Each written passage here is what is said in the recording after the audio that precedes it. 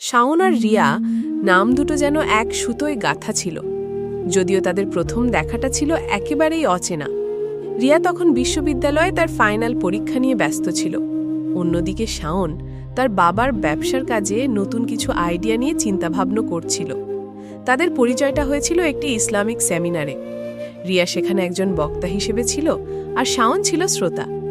রিয়ার বক্তব্য ছিল ভালোবাসার হালাল পথ নিয়ে, কিভাবে একজন মুসলিম নরনারী আল্লাহর সন্তুষ্টির জন্য ভালোবাসা ও সম্পর্ককে পবিত্র রাখতে পারে।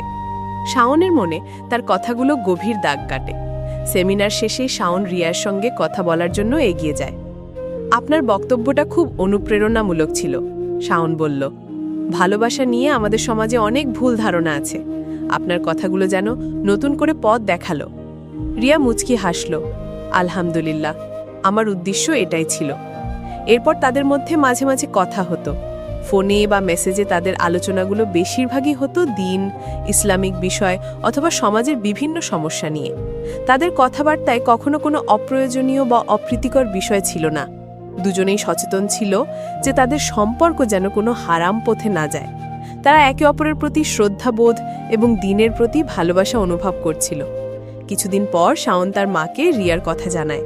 মা, আমি একজন মেয়েকে দেখেছি, তার দিনের প্রতি অগাধ ভালোবাসা আর চরিত্র আমাকে মুগ্ধ করেছে। আমি তাকে বিয়ে করতে চাই। শাওনের মা রিয়ার পরিবারের খোঁজ খবর নিলেন। জানতে পারলেন তারা একটি সম্ভ্রান্ত এবং ধার্মিক পরিবার। এরপর একদিন শাওনের পরিবার আনুষ্ঠানিকভাবে রিয়ার বাড়িতে বিয়ের প্রস্তাব নিয়ে যায়। রিয়া এই প্রস্তাব শুনে একটু অবাক হয়। সে কখনো ভাবেনি যে তার আর শাওনের সম্পর্ক এমন পরিণতি পেতে পারে। সে আল্লাহর কাছে ইস্তেখারা করল, তার মন সায় দিল। অবশেষে এক শুভ দিনে তাদের বিয়ে সম্পন্ন হলো। বিয়ের পর তাদের সম্পর্ক এক নতুন মাত্রা পেল। তারা একে অপরের প্রতি আরও বেশি যত্নশীল হলো। শাওন প্রতিদিন রিয়াকে ফজরের নামাজে ডেকে তুলত, আর রিয়া তার জন্য আল্লাহর কাছে শুকরিয়া জানাতো যে এমন একজন সঙ্গী সে পেয়েছে। তাদের প্রতিটি কাজ ছিল আল্লাহর সন্তুষ্টির জন্য। একে অপরের ছোটখাটো ভুলগুলো তারা ক্ষমা করে দিত এবং হাসি মুখে শুধরে নিত। তারা বুঝেছিল যে প্রকৃত ভালোবাসা হলো আল্লাহর জন্য একে অপরের প্রতি নিবেদিত থাকা।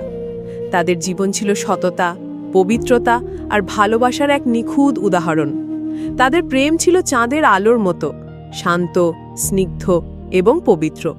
তারা আল্লাহর কাছে প্রার্থনা করত যেন তাদের এই ভালোবাসা শেষ নিঃশ্বাস পর্যন্ত এমনই থাকে।